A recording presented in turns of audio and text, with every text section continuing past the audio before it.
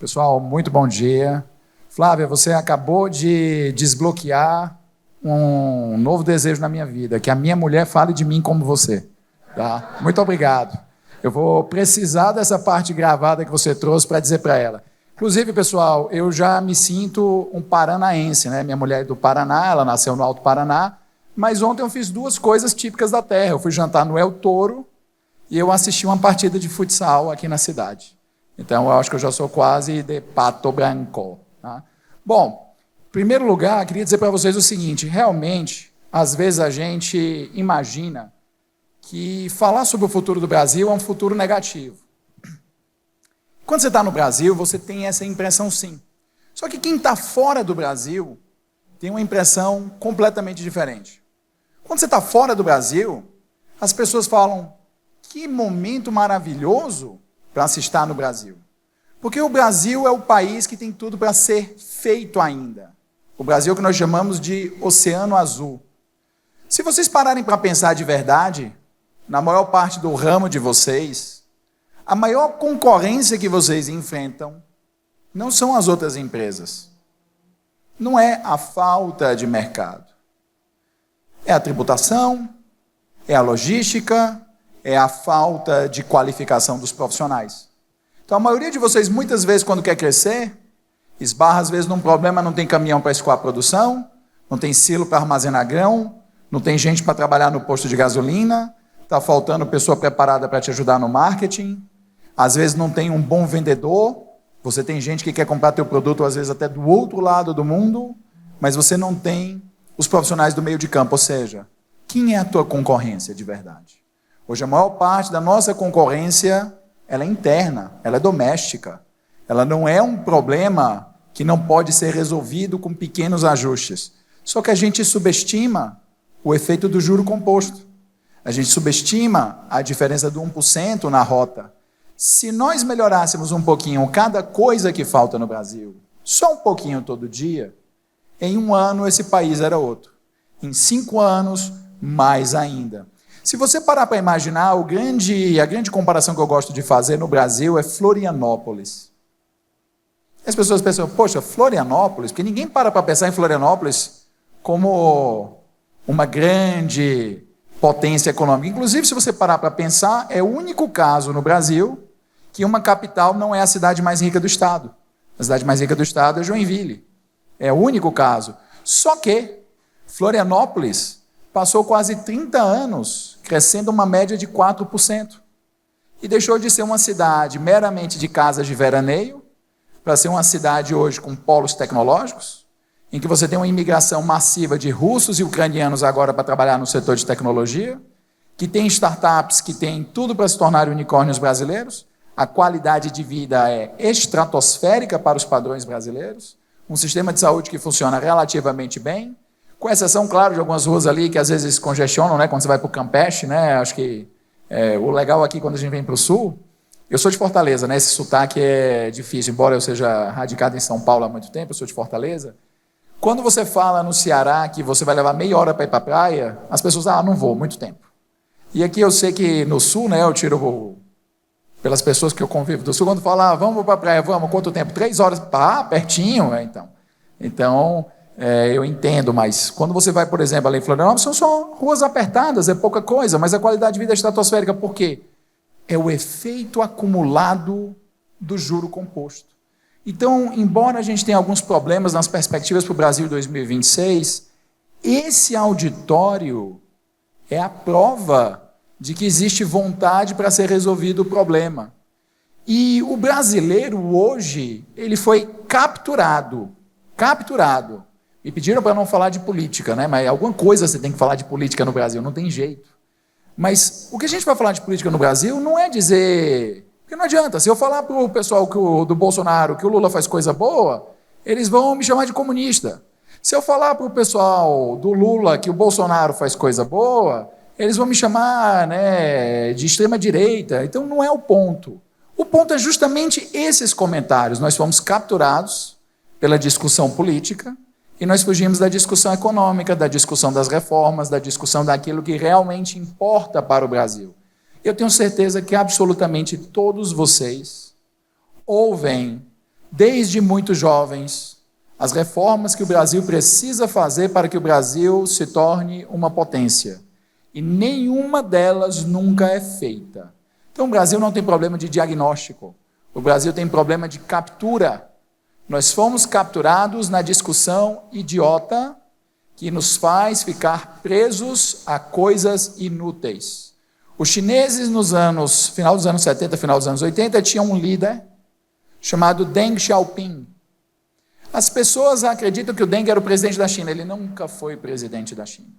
Deng Xiaoping era o comandante das Forças Armadas Chinesas. Mas numa época que isso era ser o líder de fato da China. E o Deng Xiaoping, perguntado, ele disse uma frase que deveria se aplicar ao Brasil: não me interessa a cor do gato, me interessa que ele casse o rato. Então, para mim, não me interessa se a presidência da República vai ser do Guilherme Boulos, do Eduardo Bolsonaro, ou se a presidência do Brasil vai ficar vaga e vai ser o parlamentarismo e o Michel Temer volta. Isso não importa. Importa que seja feito aquilo que é necessário. E é por isso que nós temos hoje aqui 400 líderes de negócios da iniciativa privada, que são pessoas que não estão esperando pelo governo para fazer a coisa andar, mas que tomaram nas próprias mãos a decisão de, dentro dos seus negócios, melhorarem a sua gestão, melhorarem a sua tecnologia, tratarem da inovação, resolverem seus problemas internos para, a despeito dos problemas políticos, continuarem crescendo, gerando emprego, fortalecendo as suas comunidades e levando o Brasil adiante. O Brasil que funciona são vocês. Dito isso, vamos adiante. A Flávia já me apresentou de uma maneira que eu não vou nem perder tempo, porque qualquer coisa que eu falar, eu vou ficar pior do que eu estou. Então, vamos para frente. Bom, pessoal, o Brasil em 2026 vai crescer apenas 1,8%. Por que eu falo que apenas 1,8%? Porque é muito pouco para o Brasil. Para vocês terem uma ideia, os chineses hoje reclamam e têm medo do futuro porque a China vai crescer 5%. Mas vocês sabem por que os chineses reclamam de um crescimento de 5%? Porque numa economia em que há uma intensa automação e uso massivo de tecnologia, um crescimento abaixo de 5% não melhora o nível de emprego e de renda.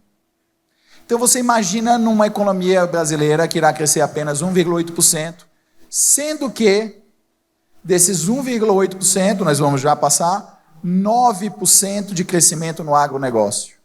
O que significa que indústria e serviços vão crescer muito pouco. Mas esse não é o pior problema, é que nós vamos passar de 80% do PIB como dívida pública. E o grande problema de nós termos uma dívida pública alta no Brasil é que no Brasil os juros para financiar essa dívida é muito alta. Então isso nos sufoca. Todos vocês, empresários, sabem muito bem que o Estado é aquele mau hálito no cangote. Você sabe que vem algo ruim.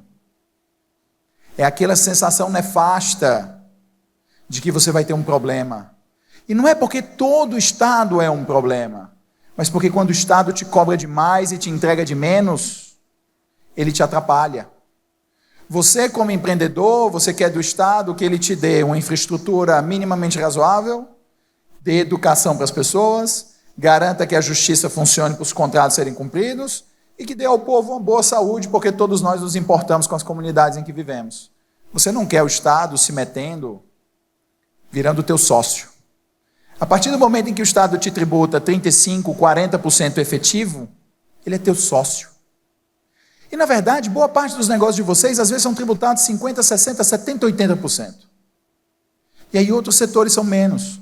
Mas é tão brutal isso que acontece, que vários de vocês hoje, que estão aqui, seriam grandes industriais, se não fosse o Estado brasileiro. Eu explico para vocês isso da maneira mais didática possível. Se nós vamos comprar uma televisão, e essa televisão custa R$2.000, e aquela família ganha salário mínimo, ela não vai pagar aquela televisão à vista, porque eles não podem, mas eles querem assistir a televisão, eles querem conectar o YouTube, e querem assistir o time de Pato Branco bater o time de Itambé de Minas como ontem. Eles querem assistir isso.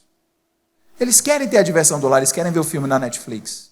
Ou como eu descobri uma família aqui ontem, eles querem ir lá no Paraguai comprar aquela caixinha de televisão e conectar na TV e assistir os filmes deles. Não importa. Então eles vão pagar a televisão e vão comprar nas Casas Bahia, né, eu ia falar Ricardo Eletro, denunciando a minha idade, mas já fechou.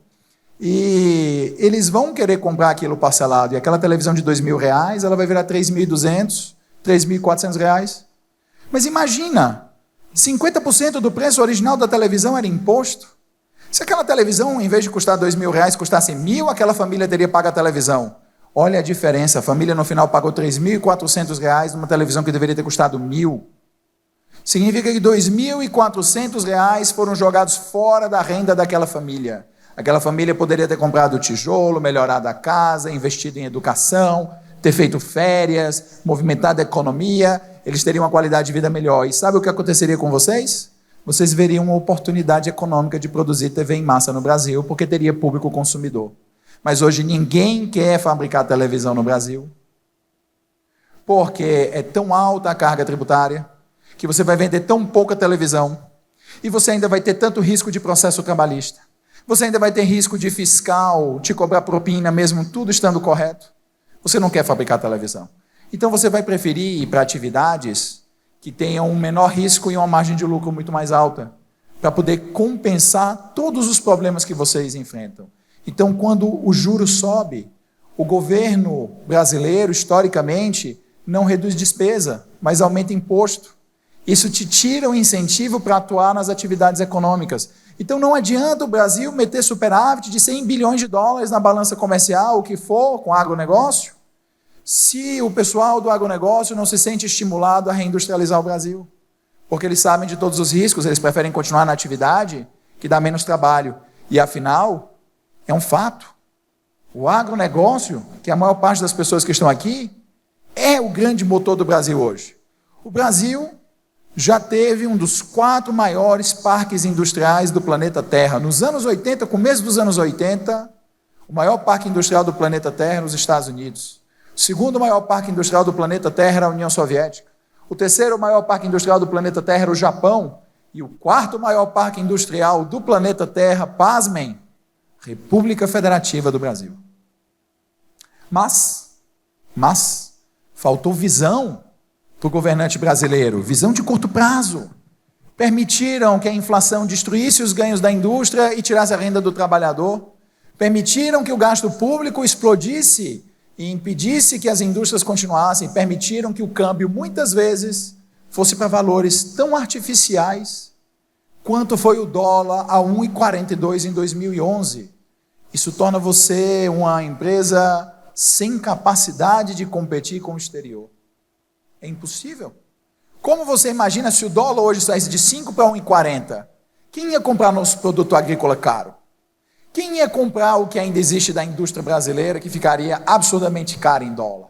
Quem iria investir no Brasil, que ficaria ainda mais caro em dólar? Então é óbvio que os nossos governantes não tiveram um pensamento de longo prazo, e isso derrocou a nossa atividade econômica no nível que hoje o Brasil, que já foi uma das grandes indústrias do planeta, hoje o Brasil, eu não digo que isso é negativo, mas hoje o Brasil poderia ser uma grande indústria e também a grande fazenda. E hoje o Brasil é apenas a grande fazenda. E eu não sabia, quando eu cruzei a fronteira, né, chegando aqui, inclusive quando a gente cruza a fronteira, o ar fica mais puro, né? Quando a gente cruza a fronteira chegando aqui, tem uma placa bonita na entrada do estado dizendo, né, Paraná, o supermercado do mundo. E eu achei isso interessante, porque o Mato Grosso já usa outra placa, o celeiro do mundo. Qual é o momento em que o governo vai parar de atrapalhar o agronegócio para que o agronegócio reindustrialize o Brasil? Afinal de contas, eu não sei se vocês se lembram das lições da escola, foi o café que industrializou o Brasil. Por que hoje a soja não industrializa o Brasil? Por que hoje o boi não industrializa o Brasil? Não é à toa, pessoal. Existem motivos para isso. Nós mudamos a nossa estrutura. O agronegócio chegará a 29,4% do PIB brasileiro no ano que vem. Mas nós temos um problema muito sério em cima disso. É entender que a grande razão desse crescimento vertiginoso do agronegócio brasileiro é a soja. Mas se é a soja, por que a imagem que está aqui são de 2 porquinhos? É simples. A expansão da soja não se deve ao fato das pessoas comerem soja, mas porque os chineses compram a soja para alimentar os porcos. Então, se existe uma palavra em chinês que o brasileiro deveria aprender, se chama zhurou, que é porco. Então, os chineses, nos últimos 20 anos, têm expandido dramaticamente o consumo diário de proteínas. Hoje, pasmem, os chineses já consomem mais proteínas por dia do que os americanos. Vou repetir, que é um dado que a maioria das pessoas não tem. O chinês, na média, consome mais gramas de proteína por dia do que os americanos. Mas mesmo assim, existe um espaço gigantesco ainda para vender soja na China. E as pessoas ficam, mas se já bateu os americanos, como vai consumir mais soja? Porque ainda a maior parte do consumo de proteína na China é de proteína vegetal. E eles têm substituído a proteína vegetal pela proteína animal.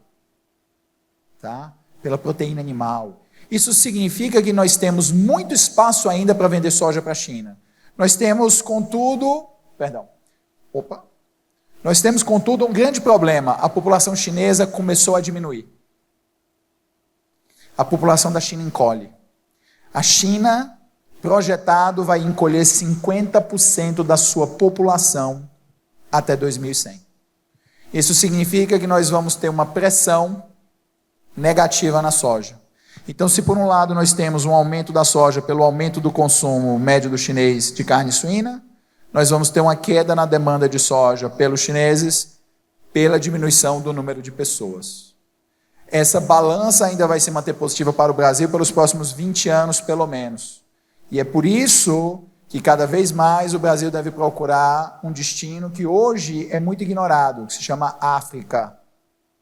A África deverá crescer numa média de 4% ao ano até 2100, chegarão a 4 bilhões de pessoas, e eles são extremamente deficitários na agricultura, e o Brasil saiu de exportações de 2 bilhões para 10 bilhões de dólares em comida para a África nos últimos anos. Então a África será o grande mercado das exportações de comida do Brasil.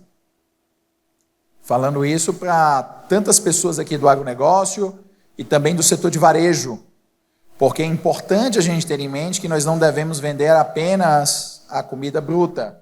A gente tem que aproveitar essa oportunidade da África de vender a comida já processada, industrializada, beneficiada, e o pessoal do varejo ajudando com logística, distribuição, exportação, são peças essenciais nesse xadrez. Então, o agronegócio brasileiro deve fazer a sua lição de casa e imediatamente começar a visitar a África.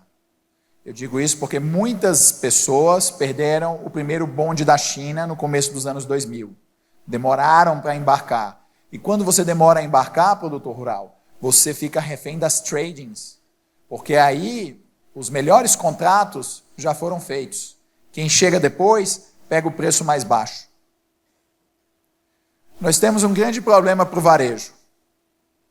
Isso é uma rua de Novo Hamburgo.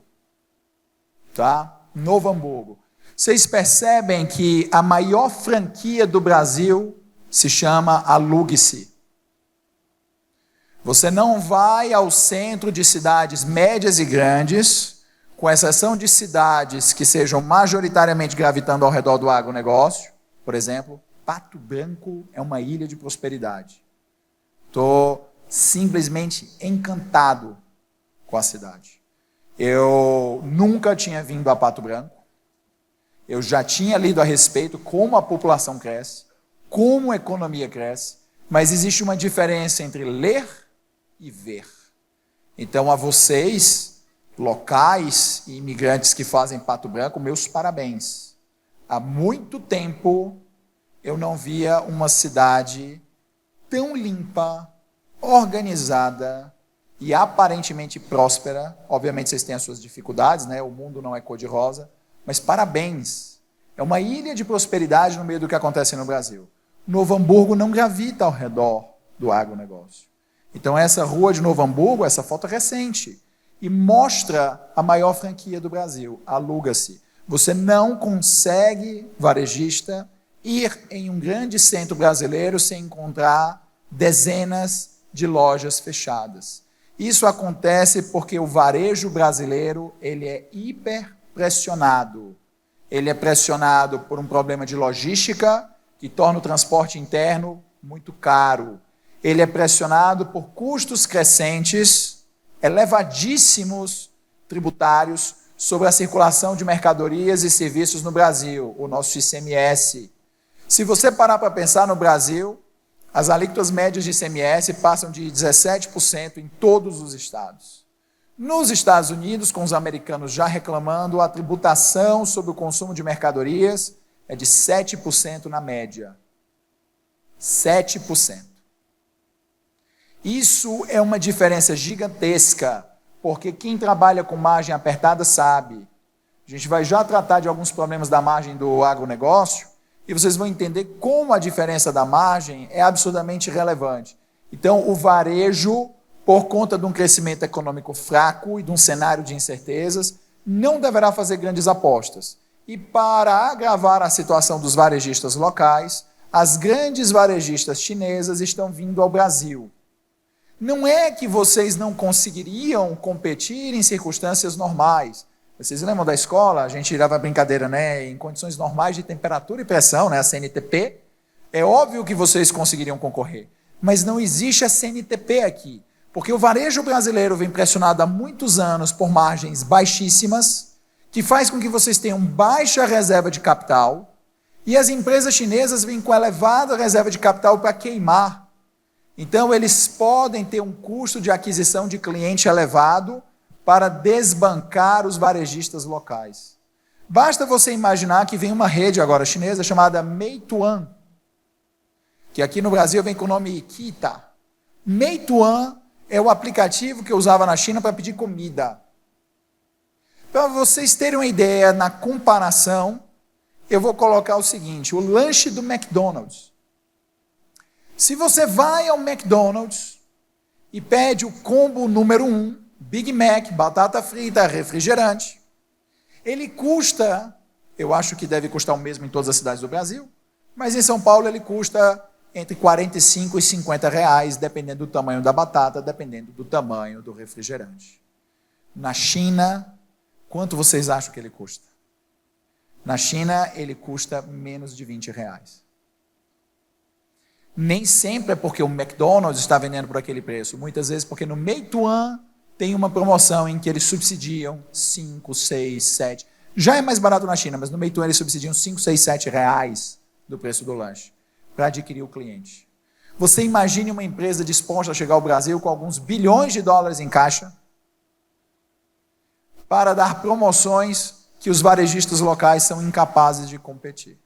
Então, o varejo brasileiro tem um cenário muito negativo para 2026, porque com a economia fraca, todos os problemas se revelam. Vocês sabem que os problemas desaparecem quando a economia cresce muito, porque a maré alta levanta todos os barcos.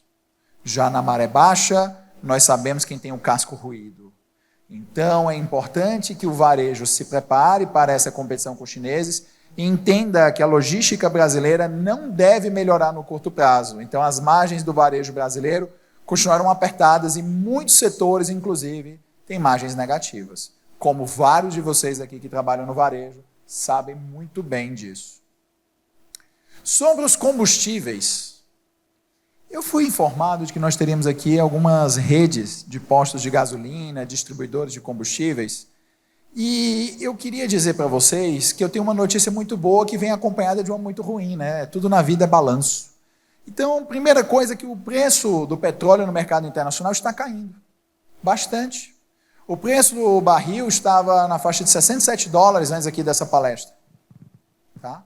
É uma bela queda. Na pandemia nós chegamos a ter, na guerra da Ucrânia, chegamos a ter barril a mais de 110, 120 dólares. Então, se o preço do barril, em tese, cai, você melhora a margem do posto de gasolina, correto? Porque, afinal de contas, ele pode baixar o preço, mas ele não vai baixar tanto quanto o preço que ele recebe, Então ele vai aumentar a margem e aí ele vai conseguir se compensar. Seria se os governadores não resolvessem resolver seus problemas de caixa, aumentando a cobrança de imposto sobre a gasolina na bomba. Então, o preço do combustível vai cair no mercado internacional em 2026, mas o preço da gasolina ficará mais cara na bomba. Você consegue imaginar essa situação paradoxal? A gasolina já está cara, ela vai ficar mais cara, mesmo com o petróleo mais baixo. Por quê? Ano que vem é ano eleitoral. Sendo ano eleitoral, os governos preparam os seus sacos de bondade. Bolsa isso, bolsa aquilo, distribui isso, distribui aquilo, aumenta o gasto público, faz um monte de obra que a gente sabe que nunca fica concluída, né? Eu lembro que quando eu fui morar em São Paulo em 2003, primeira vez que eu fui para São Paulo, desculpa, foi primeiro em São Paulo em 2002. Eles me falaram assim, aluga um apartamento em um bairro chamado Moema, vai inaugurar o metrô ano que vem. Aí acabou não dando certo morar em São Paulo, quis o destino, fui morar em São Paulo em 17. Em 18 me mudei para Moema. No final de 18 inauguraram o metrô. Só 16 anos de atraso. Tá? Você lembra do Imagina na Copa? Agora imagina na COP. Belém não tem quase nenhuma obra pronta. Então, como funciona isso?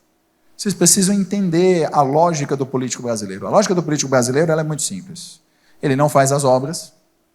Em ano de eleição, ele convoca a obra emergencialmente. A obra, ao ser feita emergencialmente, ela é mais cara. Sendo mais cara e com menos controles, porque ela é emergencial, o desvio é mais alto. Quem desvia contribui para a campanha. Só que por conta da lei de responsabilidade fiscal, eles precisam ter caixa. E como os governadores fazem caixa da forma mais rápida? ICMS na gasolina. Então o preço dos combustíveis no mercado internacional vai cair. Se o Trump conseguir fazer a paz na Ucrânia, o preço da gasolina vai cair ainda mais.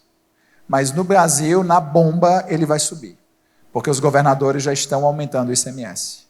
Então, infelizmente, para o pessoal do varejo, não tem refresco. E para o pessoal do posto de gasolina, infelizmente, vocês não vão conseguir recompor a margem que andaram tendo que segurar nesses anos de gasolina alta. Vocês vão continuar apertados.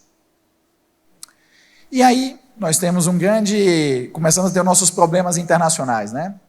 O Brasil está em vias de assinar um acordo internacional com a União Europeia. Na verdade, já foi assinado, está aguardando a ratificação do Parlamento dos europeus, né? Eles ratificam, cada parlamento europeu tem que ratificar o tratado. A Europa tem um sistema que os tratados para entrarem em vigor na União Europeia têm que ser ratificados por cada país da Europa. Isso dá um trabalho, tá? E aí nós temos um pequeno problema. A Europa lançou uma regra, né, que seria o SG europeu. Uma regra de padronização do SG europeu. Antes de eu entrar muito detalhista nisso, eu queria apontar a hipocrisia. Nosso produtor rural, ele sabe que o SG europeu é uma hipocrisia. Por que é uma hipocrisia? O europeu, ele, hoje com as novas regras, ele quer multar os produtores brasileiros ou as empresas brasileiras por qualquer ato que eles entendam contrários às normas ambientais europeias em até 4% do faturamento.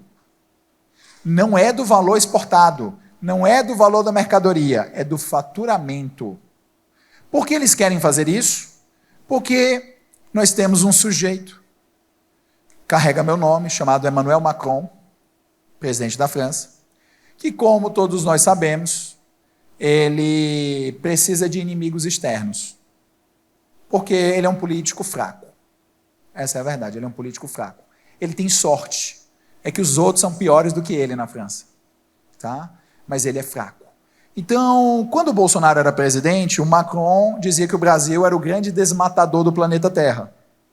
E aí colocava fotos das queimadas da Amazônia de 2005 e 2006 para dizer que o Brasil destruía a floresta para impedir a entrada de produtos agrícolas brasileiros na França. Por quê?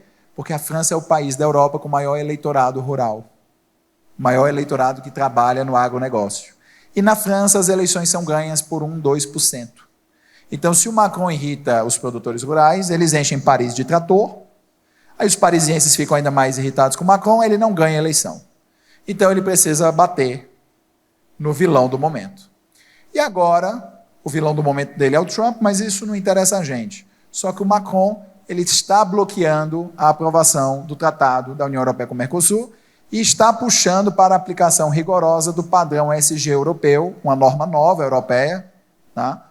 Contra os produtores rurais brasileiros. Então, imagine a seguinte situação. Você, produtor rural, plantou em área que podia, não desmatou, cumpriu a legislação ambiental, fez tudo certo.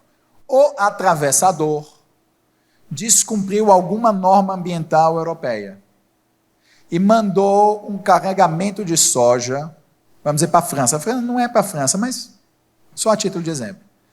O governo francês vai mandar rejeitar a carga e aplicar ao produtor rural brasileiro, que não cometeu nenhum erro, 4% de multa sobre o faturamento.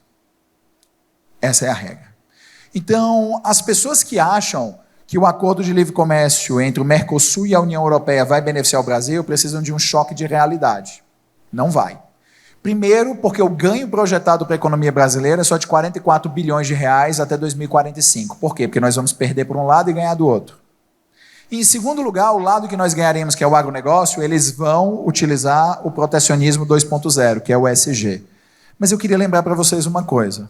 Quando o Putin invadiu a Ucrânia, a Europa ficou sem gás. Vocês lembram? A Europa ficou sem gás e veio um inverno rigoroso. O que os alemães mandaram fazer? Liberaram a derrubada das florestas da Alemanha pelos cidadãos para eles cortarem lenha e se aquecerem. Por isso, na Europa, ESG significa Europa sem gás. Tá? Então, é uma desculpa que eles criam para prejudicar o produtor brasileiro. Eu não estou dizendo que o ESG é errado, ele é correto. Só que o produtor brasileiro é óbvio que ele quer embarcar na onda, porque isso permite ele exportar produtos com maior valor agregado. Ninguém é bobo. Se você pode vender uma maçã certificada pelo dobro do preço, você certifica a maçã. Se você pode vender uma carne bovina certificada por 3 vezes o valor para algum europeu, você vai vender a carne bovina 3 vezes o valor. Mas o europeu, ele, principalmente o Macron, precisa se proteger, porque do contrário o agronegócio brasileiro oblitera o agronegócio francês. Então, não temos expectativa de que o acordo com a União Europeia vai efetivamente beneficiar a economia brasileira. Segundo ponto, precisamos entender como é que a lei Magnitsky e as tarifas do Trump vão afetar a economia brasileira em 2026. Em primeiro lugar, para quem não sabe, eu achei interessante, né? Eu estava ontem nesse El Toro e estava tocando um forró. Eu até achei estranho ouvir um forró aqui em Pato Branco, mas estava tocando, era o forró Magnitsky. Né? Era Magnitsky nele, Magnitsky nele. O povo é criativo, o povo é criativo.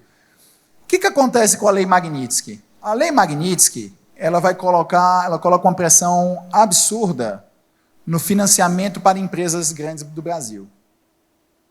E isso é um efeito que as pessoas ainda não entenderam.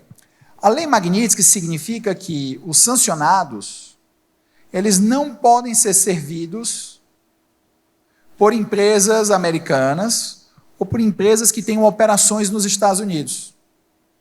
E o que as pessoas ainda não entenderam é o seguinte: o governo americano, ele aplica a lei Magnitsky de forma discricionária. Então eles param, tá? Eles param para decidir, hoje nós queremos apertar mais a lei, hoje nós não queremos. É discricionário. O cara acorda lá de manhã, o Trump acordou de manhã, aí ele está irritado. Ele liga e fala, né, daquele jeito dele, né? E ele quer que aplique a lei de forma mais rigorosa. O que o governo americano vai e faz? Aplica a multa. E o que as pessoas ainda não entenderam? O salário do Alexandre de Moraes é pago pelo Banco do Brasil. E o Banco do Brasil, eu não consigo imaginar o Alexandre de Moraes com ouro card. Né? Mas o salário dele é pago pelo Banco do Brasil. Daí que eu queria ver ele ligar para o 4001-0004, né? E ficar na linha. Digite o número da sua agência. Agora digite o número da sua conta e substitua o X por 0. Né? Sensacional. O Banco do Brasil tem operações nos Estados Unidos. E o Banco do Brasil se financia em muitas das suas operações, para resseguro principalmente, nos Estados Unidos, onde é muito mais barato. Muito mais barato. Se amanhã o governo americano disser para o Banco do Brasil, ou você encerra as operações do Alexandre de Moraes na sua companhia parente no Brasil, ou nós vamos te aplicar uma multa nos Estados Unidos, você consegue imaginar que o Banco do Brasil pode tomar uma multa de 9 bilhões de dólares amanhã? Aí vem a pergunta para você, se o Banco do Brasil tomar uma multa da Magnitsky de 9 bilhões de dólares, o problema não é só do governo, o problema também é nosso, né? Já que o Banco do Brasil é uma empresa, é uma sociedade de economia mista, então tem uma participação relevante da União. O problema são as outras empresas do Brasil, porque o mercado americano vai querer cobrar uma taxa de juros mais alta para financiar empresas brasileiras por conta do medo do risco que vai acontecer no Brasil. Então, o produtor rural, por exemplo, existem vários fundos, já fiz contrato com um monte de fundo americano para financiar produtor rural, então eu conheço pelo menos uns 20. Tem um monte de fundo que financia produtor médio grande rural brasileiro, fundo americano. Tem um prédio na Quinta Avenida, lá em Nova York, tem 16 fundos no mesmo prédio que financiam o agronegócio no Brasil. Tá? No mesmo prédio são 16 fundos. Todo ano vem uns 6 bilhões de dólares para o agro brasileiro de financiamento. Alguém está rindo ali, deve ser cliente de um dos fundos. Tá? Muito bem. Talvez a gente tenha se encontrado no elevador e não saiba. Mas acho que o seu contrato não ficou bom porque não foi meu. Brincadeira. Vamos lá. Então, você pensa o seguinte, quem vai emprestar dinheiro para o Brasil com o risco dessas sanções? Vão cobrar um juros mais alto.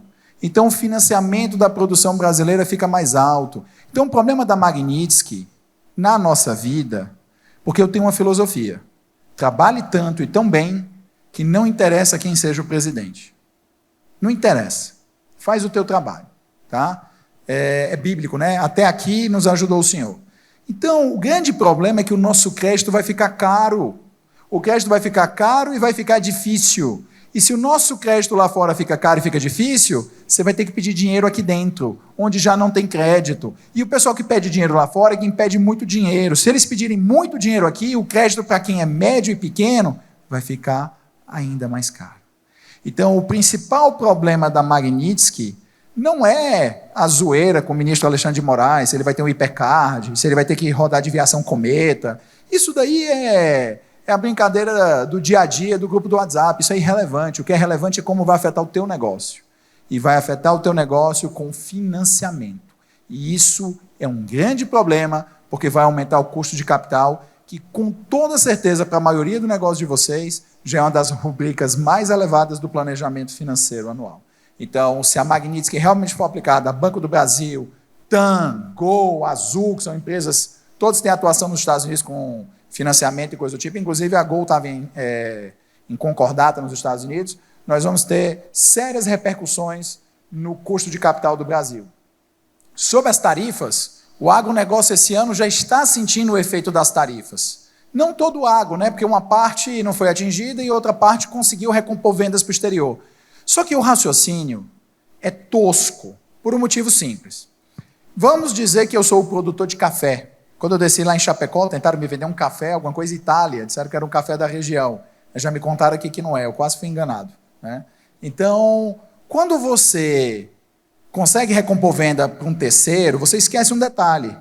Se eu não tivesse perdido o mercado americano, eu não estava recompondo venda, eu estava vendendo 2 vezes. Eu estava metendo 2 vezes o faturamento dentro de casa. Então o raciocínio não é, nós recompusemos o mercado, exportou mais para a China e compensou a venda americana. Ouça o que você está dizendo, compensou, você não vendeu a mais, você compensou. Se nós não tivéssemos tido o problema das tarifas, nós estaríamos vendendo a mais e não compensando. Esse é o primeiro ponto. Segundo ponto que as tarifas causam é um efeito que vai ser bem ruim para o setor exportador brasileiro.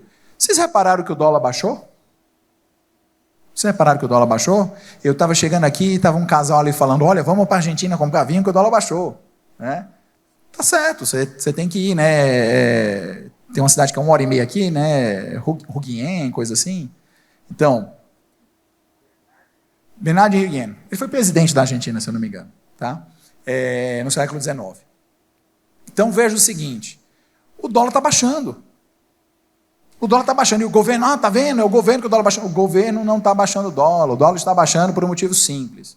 Taxa de juros no Brasil está muito alta, porque a dívida pública está alta. Isso faz com que os juros no Brasil para os juros americanos fiquem a diferença gigantesca.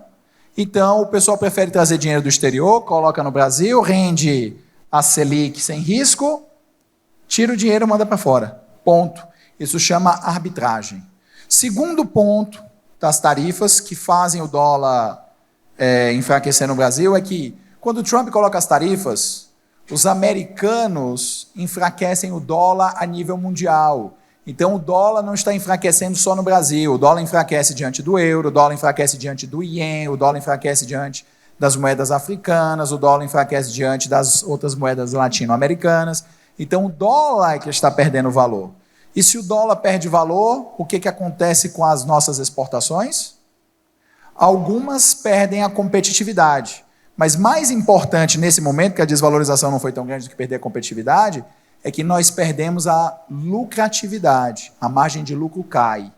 E aí chegou numa situação tão problemática que a previsão em 2026 para o agronegócio é que os arrendatários não terão, na média, lucro ano que vem. Eu repito, os arrendatários rurais, a previsão para o ano que vem é que os arrendatários rurais terão margem de lucro, somando a média, 0. E que a margem dos produtores vai cair. E tem um outro problema das tarifas. O seguro rural esse ano ficou mais caro. Quem é produtor rural sabe que o seguro rural ficou mais caro. Por quê? Porque uma garantia muito importante do seguro rural são as exportações. Se você diminui as exportações, como aconteceu com café, mel e vários outros produtos, você diminui a garantia do empréstimo rural.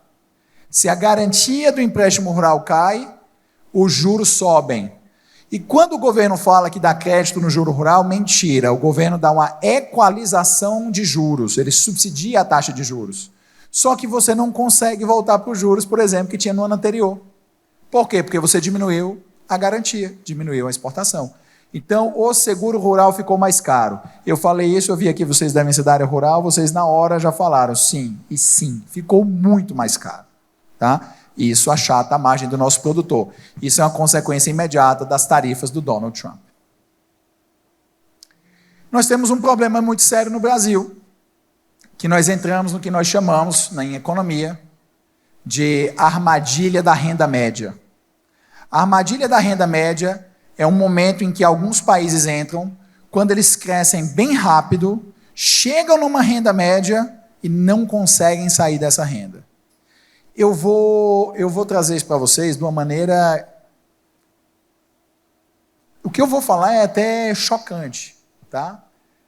A renda do Brasil, no começo dos anos 80, em dólar, era de $6 mil por ano. Renda per capita. Aproximadamente $6 mil por ano.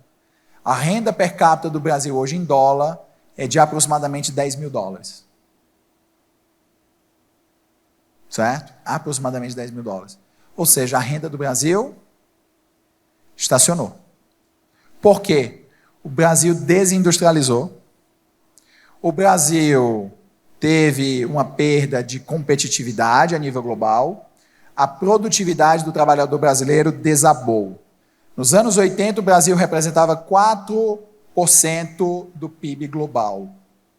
Hoje, o Brasil não chega a 2% do PIB global. Então, nós estamos presos na armadilha da renda média. E aqui a comparação. Embora Brasília não seja nenhum exemplo de economia, mas esse grande crescimento do Brasil, esse crescimento anual de 47,80, foi na faixa de 6,2% ao ano. Você consegue imaginar o que é crescer 6,2% ao ano?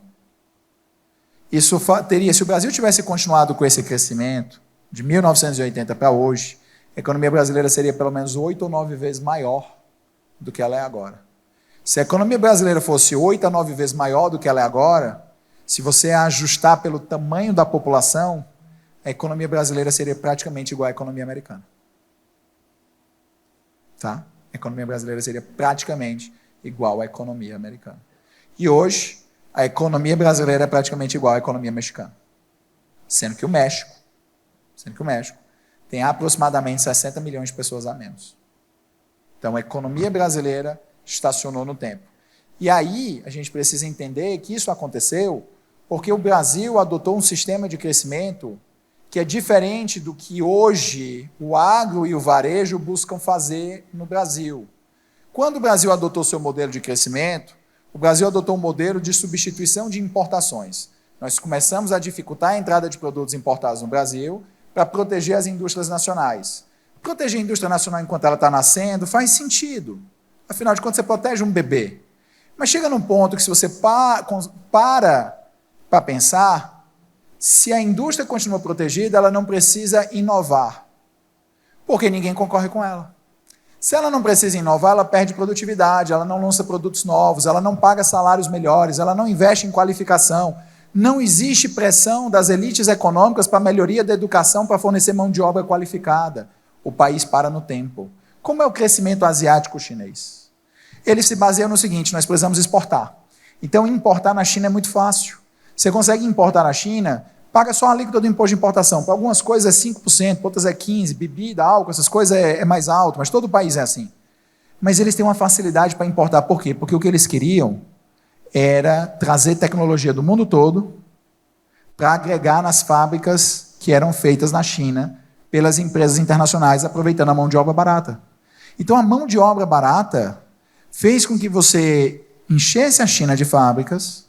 Só que a competição dessas fábricas com fábricas no exterior fazia com que elas precisassem melhorar cada vez mais a tecnologia, treinar cada vez a mão de obra e pressionar cada vez mais o governo para melhorar os índices educacionais. O que acontece com o tempo? Vocês sabem muito bem que não é porque o cara começou no chão da fábrica que ele vai morrer no chão da fábrica. Às vezes ele está ali no chão da fábrica, mas ele aprende o que está fazendo. Aí ele monta a fabriquetinha dele. Ele monta um negócio especializado dele. Se ele tiver acesso a crédito, ele vira um competidor, é outra empresa, outra indústria. Isso foi o que aconteceu com os asiáticos. Eles trazem as empresas americanas, as empresas europeias, eles aprendem a fazer, depois eles competem. E eles, por estarem integrados às cadeias produtivas globais, estão sempre absorvendo novas tecnologias. Por isso, hoje, a China registra mais patentes do que os Estados Unidos, a União Europeia e o Japão juntos. Então, hoje, o agronegócio e o varejo brasileiro têm atuado para tentar integrar o Brasil nas cadeias produtivas globais, para utilizar os nossos diferenciais competitivos. O problema é que isso ainda esbarra na nossa estrutura tributária e na nossa estrutura de logística, que não facilitam esse caminho que a iniciativa privada está tomando. Nós temos um outro problema: a população brasileira está muito velha. Envelheceu antes do tempo. Nós perdemos um negocinho chamado bônus demográfico. Bônus demográfico é um período da janela da população em que o PIB per capita dobra, porque é o momento em que você tem a maior quantidade de jovens na força de trabalho, que eles chegam empolgados. O jovem, não hoje, né? Porque eu acho que hoje o jovem ele entra na força de trabalho, ele já pergunta assim: quantas são minhas férias, quando eu viro sócio, meu chefe ganha mais do que eu, por quê, né? Acho que hoje mudou um pouco. Mas antigamente... engraçado, isso me lembrou uma história. Certa vez eu abri seleção para estagiário, e era o estagiário, ele ia trabalhar comigo. Era um estagiário para trabalhar em coisa empresarial, internacional, coisa assim. Aí teve um que pediu para fazer entrevista por telefone. Eu, tá bom, vamos fazer entrevista por telefone, não tem problema nenhum, tá? Eu não tenho problema com isso. Aí, primeira coisa, eu quero fazer uma pergunta. Eu, tá bom, não quis nem ouvir como era o trabalho, né? Mas quer perguntar? Tá bom. Esse deve ser professor de Deus, eu já pensei logo, né? Aí ele disse assim: qual é a orientação política do escritório? Eu, que pergunta, qual a orientação política do escritório? Aí eu perguntei para ele: por quê? Qual a orientação política do escritório? Aí ele: eu não trabalho para fascista. Aí eu, então deixa eu te explicar, a orientação política do escritório é a seguinte: você trabalha e eu ganho dinheiro e fim de papo. Certo? Aí quando ele foi argumentar, eu disse: você não precisa argumentar, você não vai trabalhar aqui, bom dia. Pá. E é isso. Por quê? Porque a gente quer saber que é pessoas que trabalham, correto? Então antigamente o jovem, ele vinha, entrava na força de trabalho, a gente aqui, né? A gente queria trabalhar, pô, a gente queria trabalhar pra caramba, para ver se a gente era efetivado, para ver se a gente era promovido. Eu tinha um chefe que eu odiava. Deve ser o segundo que eu mais odeio até hoje na minha vida.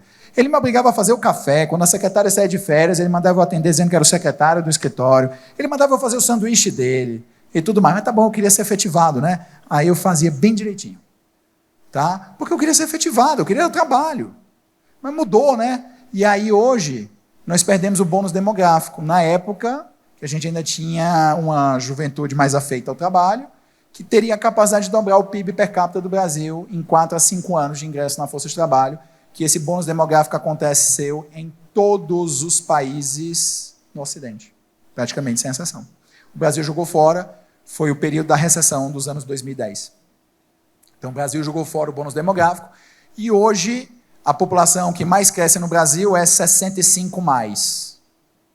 65 mais é a população que mais cresce no Brasil, cresceu mais de 50% nos últimos 5 anos. A pirâmide do Brasil já virou aquela pirâmide que parece o pneu da Michelin, né?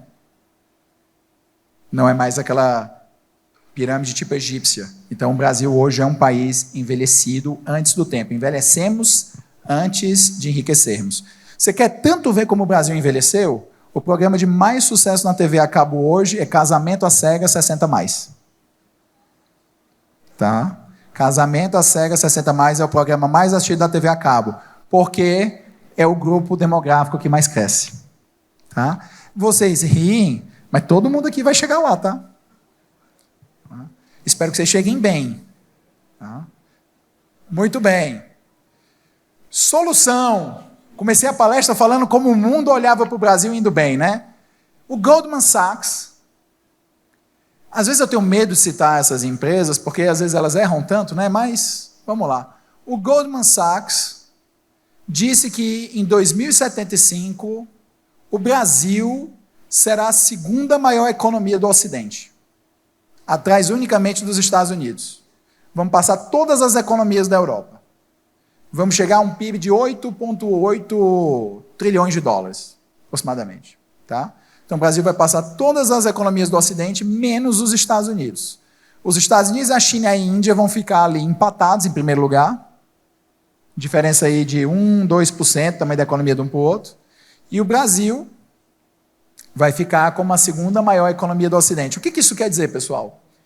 Que nós temos muita coisa para fazer até chegar lá. Senão o Brasil não chega. Então, vamos para mais perto. 2075 está distante. Vamos até 2045. O Brasil tem pelo menos 340 bilhões de dólares no câmbio de hoje, de demandas para investimento em infraestrutura. E eu não estou falando nem das novas infraestruturas. O governo de Beijing, na China, a gente fala Pequim, né? Eles pedem para chamar de Beijing. Tá? Então, o governo de Beijing, na China, está licitando para 2028 a primeira rota de táxi aéreo. Então, em 2028, quando você chegar em Beijing, você já vai ter táxis aéreos. Tá? E eu lembro uma vez, conversando com um diplomata do governo chinês, estávamos, digamos, um pouco, né? Já tínhamos bebido um pouco, eu perguntei para ele o seguinte, quando vocês anunciam uma obra, um metrô, que vocês dizem que vai ficar pronto em 2 meses, vocês já sabem que vai ficar pronto em 1 mês? Vocês falam em 2 meses só para sair na CNN, né? É eles, às vezes. Então, não duvide nada que essa rota aérea de 2028 do governo chinês, o táxi aéreo lá vai ficar pronto em 2027. Ou até talvez uma rota experimental ano que vem. Mas eles acham que vão lançar em 2028 para você sair do aeroporto para o centro da cidade, de táxi aéreo. Então, estão licitando as rotas. Hoje você já consegue sair de um dos aeroportos de Beijing, eles têm 3, para o centro, para uma estação de trem, num ônibus sem motorista. Tá? Ônibus autônomo. Funciona super bem. O Brasil ainda tem uma oportunidade de se reindustrializar, o nearshoring. O que acontece? Quando houve a pandemia, todo mundo desesperado queria máscara, todo mundo queria seringa, todo mundo queria agulha, todo mundo queria avental e todo mundo queria álcool. Tá? Todo mundo queria isso. Até uma empresa aqui do Paraná, até advoguei para uma empresa do Paraná na época que fabricava aventais que protegiam contra o Covid. Foi bem legal na época porque era uma coisa nova, diferente. E eu sou muito hands-on, né? Eu tive que vir entender o produto, conhecer o NCM, né? Eu gosto dessas coisas, eu entro no cliente. E uma coisa chamou a atenção dos países na época, que eles não podiam depender nas suas indústrias estratégicas de países que não fossem geopoliticamente alinhados. Tradução, os americanos queriam tirar fábricas da China. Tá?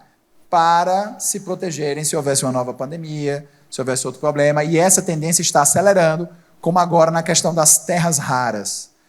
Para vocês entenderem o seguinte, por que o Trump deu aquele elogio para o Lula nas Nações Unidas?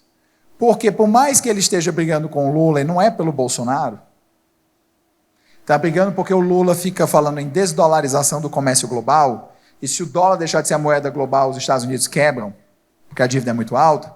O Trump não pode perder 100% do Brasil, porque o Brasil tem um troço chamado terras raras. O maior produtor mundial hoje de terras raras do mundo é a China, que refina e produz quase 90% das terras raras. É por isso que mais de 90% das TVs de plasma, OLED, LED, são fabricadas numa cidade chinesa chamada Shenzhen. Porque os chineses controlam a exportação desses materiais e isso faz com que as pessoas tenham que produzir essas tecnologias lá. Simples assim. Quais são os outros países que têm grandes reservas de terras raras? Ucrânia e Brasil.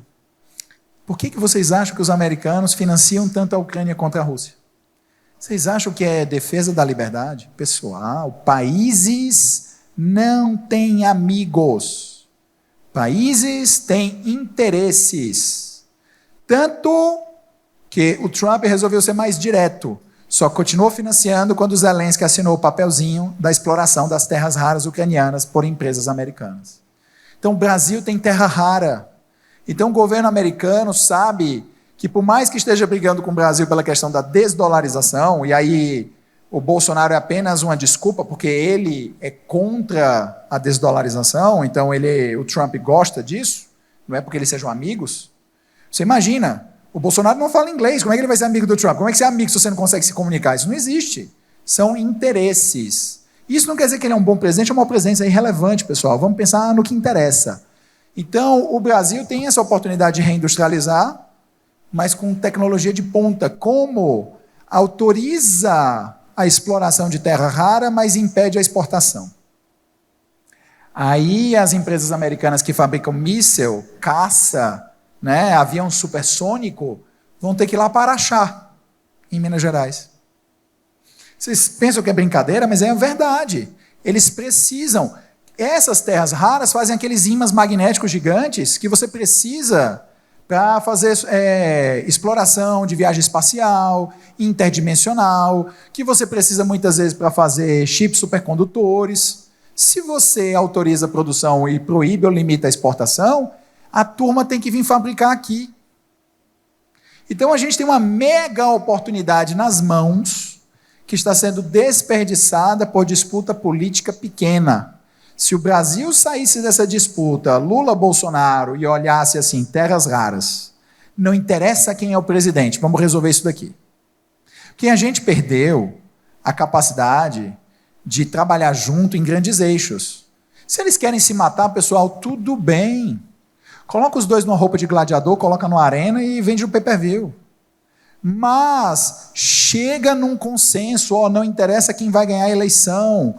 Marco legal das terras raras, vai ser assim, isso é bom para o país.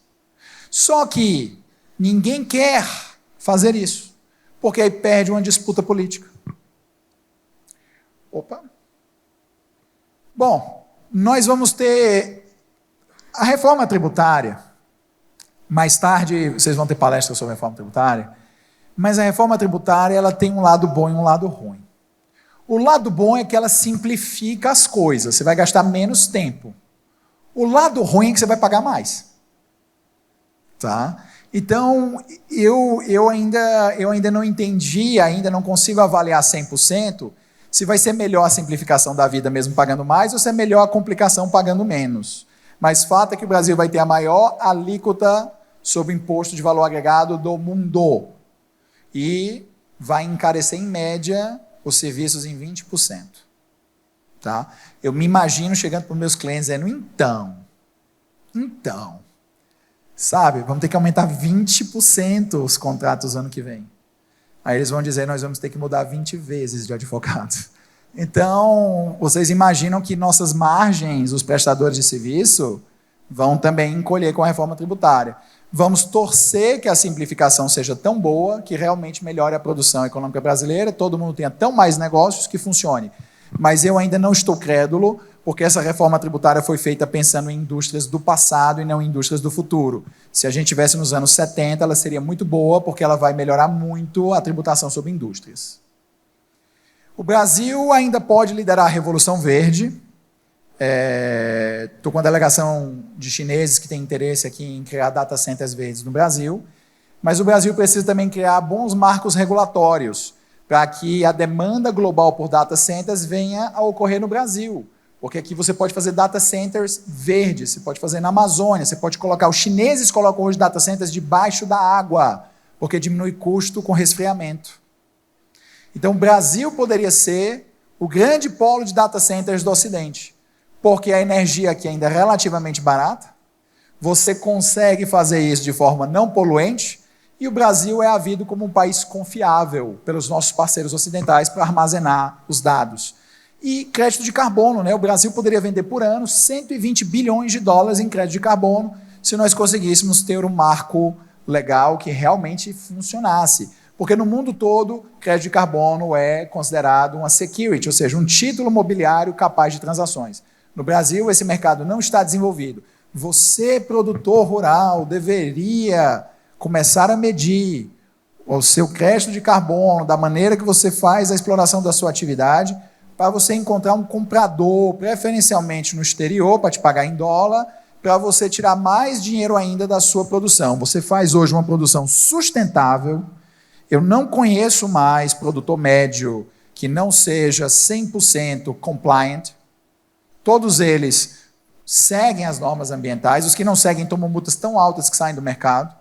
Então você deveria pensar mais nisso como uma fonte de renda adicional para todo o esforço que você já faz. O Brasil é um país que não sabe explorar a sua miscigenação. O Brasil é o país mais miscigenado do planeta Terra. Eu vou falar para vocês o seguinte, eu morava num apartamento em São Paulo, num bairro chamado Paraíso. Mas era engraçado, se eu atravessasse a rua, eram os Jardins, para quem conhece São Paulo, que eu morava numa rua chamada Manuel da Nóbrega. E aí, subindo a Manuel da Nóbrega, quase entrando na Brigadeiro Luiz Antônio, tinha no final de semana uma feira livre. E eu gostava de ir nessa feira livre, eu gostava de comer o pastel de feira.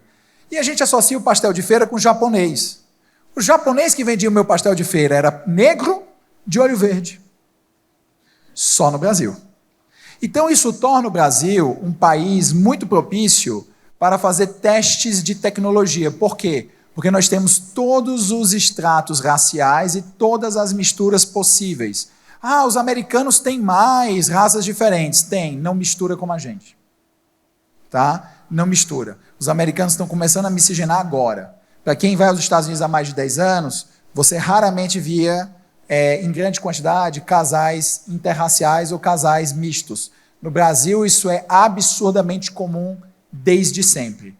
Tá? Então, o Brasil é um belíssimo lugar para fazer teste de campo de novas tecnologias. O Brasil não sabe se posicionar, porque o Brasil não era para ser o último lugar onde chegam as tecnologias. Se vocês se lembrarem do celular, tinha um celular antigamente que era o Chroma, lembra que abria? Um flipzinho que era azul? Só vendia no Brasil e na África do Sul, porque foi um fracasso na Europa e eles soltaram tudo para vender no Brasil. Então a gente era o último. A gente era o último. O Brasil, se soubesse explorar isso, o Brasil seria o primeiro.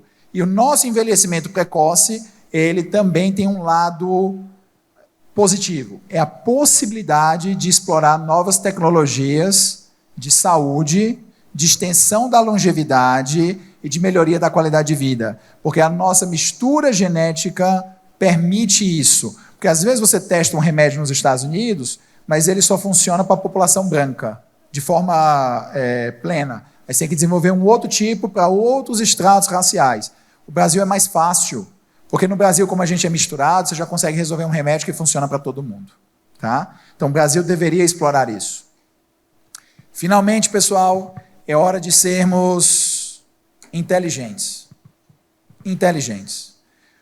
A Europa Ocidental foi completamente devastada na Segunda Guerra Mundial. Não tinha nada, pessoal, nada. Vários de vocês aqui, dá para perceber que os avós devem ter vindo dessa época. Tá? Vários. Vários. E faz parte, está tudo bem. Só que falta inteligência para entender o seguinte: quando a Europa foi destruída, por que ela foi reconstruída tão rápida? Porque os americanos e os soviéticos disputavam quem ia influenciar a Europa Ocidental. Em cima dessa disputa, os americanos olharam o seguinte: eu tenho concorrência, eu preciso pôr dinheiro lá. Então os americanos colocaram dinheiro para reconstruir a Europa Ocidental da maneira mais rápida e eficiente possível. O Brasil é o principal prêmio no Ocidente na Guerra Fria 2.0. Seremos a segunda maior economia do Ocidente, continuaremos sendo o celeiro do mundo, teremos uma população relevante, somos miscigenados, temos uma posição perfeita para lançar foguetes em Alcântara, temos recursos minerais e o povo é pacífico. Então o Brasil é o centro da disputa entre Estados Unidos e China na Guerra Fria 2.0. O Brasil não tem que se alinhar à China e o Brasil não tem que se alinhar aos Estados Unidos. O Brasil tem que ser aquela pessoa, aquela noiva cotejada pelos dois rapazes diferentes. Momento colonial, né? Vamos voltar para a época do colono. A moça bonita sendo disputada pelos dois trabalhadores. E aí, quando tem disputa, se consegue mais concessões. Quando se tem disputa, se consegue mais vantagens. Aplica no teu trabalho. Quando você está concorrendo para um cliente, você tem que reduzir a margem, você tem que dar benefício, você tem que levar para jantar, você tem que fazer final de semana, você tem que dar prêmio, você tem que fazer coisas para agradar. Se o Brasil souber jogar o jogo, nós vamos arrancar centenas de bilhões de investimentos dos americanos e dos chineses. O momento é nosso. Pessoal, quero dizer a vocês que vira Pato Branco, eu estourei o tempo, por isso que aqui no final eu falei, mas eu fiquei com medo da Flávia me mandar de volta, né, antes do tempo, mas eu queria dizer uma coisa para vocês: vir aqui para mim foi revigorante, porque existe a discussão teórica, mas existe a vida prática. O pessoal da ViaSoft está trazendo vocês aqui e a gente ter essa quantidade de pessoas interessadas. Eu estou vendo todo mundo aqui olhando. Eu fico pensando, se eu estivesse dando palestra numa faculdade, estava todo mundo no celular, mas está todo mundo olhando para ver coisas úteis para aplicar nos seus trabalhos, para aplicar no seu dia a dia, para se planejar. Como a Flávia falou antes, esse é o Brasil que dá certo. Então, sair da visão puramente técnica e encontrar as pessoas que constroem o futuro que funciona no Brasil, para mim, é motivo de eu agradecer vocês por estarem aqui hoje. Muito obrigado.